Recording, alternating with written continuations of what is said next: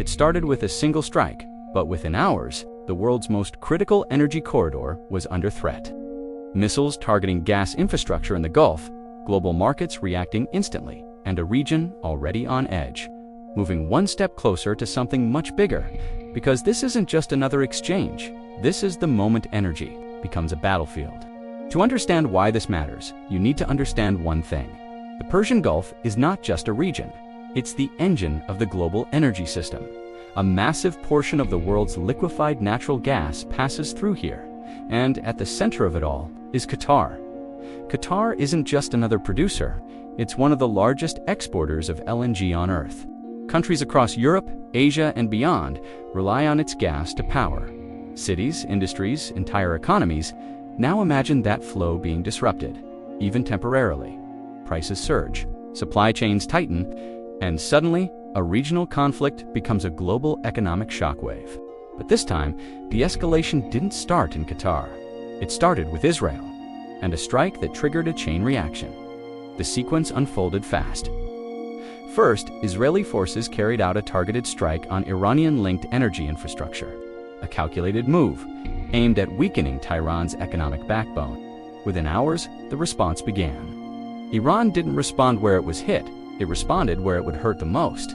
Missile launches were detected, moving toward the Gulf, the target, gas-related facilities tied to Qatar's energy network. Not a direct declaration of war, but a signal. A message sent through infrastructure, not just military targets.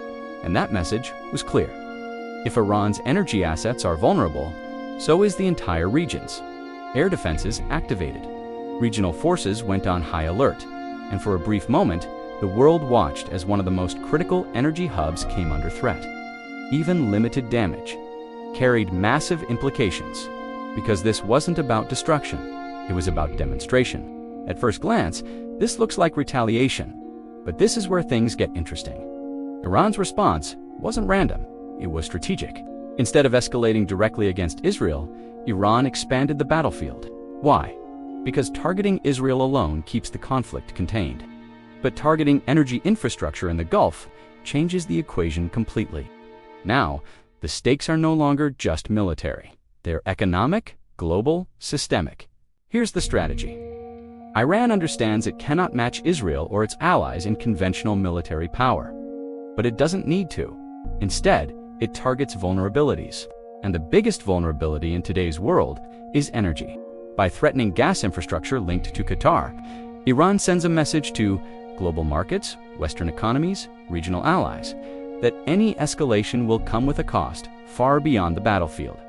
This is asymmetric warfare at its core, not fighting strength with strength, but targeting what the enemy depends on most. And in this case, the world depends on Gulf energy. Now let's talk about the math behind this escalation. Because the real story is in the numbers. A single precision missile can cost anywhere from $50,000 to $500,000. But the infrastructure it targets, billions. Gas processing facilities, export terminals, pipelines. These are not easily replaceable assets, and the ripple effect is even bigger. Qatar exports tens of millions of tons of LNG every year. Even a small disruption can push global gas prices up significantly. Now compare that to defense costs. Intercepting incoming missiles often requires advanced systems costing $1 million to $3 million per intercept. So here's the imbalance. A relatively cheap strike, forcing an extremely expensive defense, and beyond that, market reactions. Energy traders don't wait for full-scale damage. They react to risk. Prices move on fear alone. Shipping routes get rerouted. Insurance costs spike. And suddenly, the cost of energy rises everywhere. This is the hidden battlefield, not just missiles in the sky, but economics in motion. Now the real question is, what happens next? Because this moment changes the nature of the conflict. If energy infrastructure becomes a target, then every major producer in the region is now exposed. Countries across the Gulf are watching closely. So are global powers.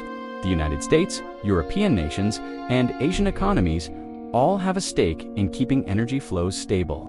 And any prolonged disruption could trigger higher inflation, slower economic growth, increased geopolitical tension. But the bigger risk is escalation. Because once infrastructure becomes a target, the line between military and economic warfare disappears. And that opens the door to wider regional conflict, more aggressive retaliations, involvement of global alliances. This is no longer just about Israel and Iran. It's about the stability of an entire system, a system that powers the modern world. What we're witnessing isn't just another exchange of strikes, it's a shift from traditional military confrontation to strategic economic warfare. Iran's move signals something deeper. In modern conflict, power isn't just measured in weapons, it's measured in leverage, and energy is one of the most powerful forms of leverage on Earth, because when energy is threatened, everything else follows.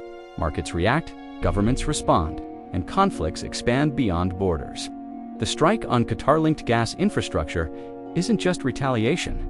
It's a warning that in today's world, wars are no longer fought only on battlefields. They're fought through systems, through economies, through the very resources that keep the world running. And once those systems are targeted, there's no easy way back.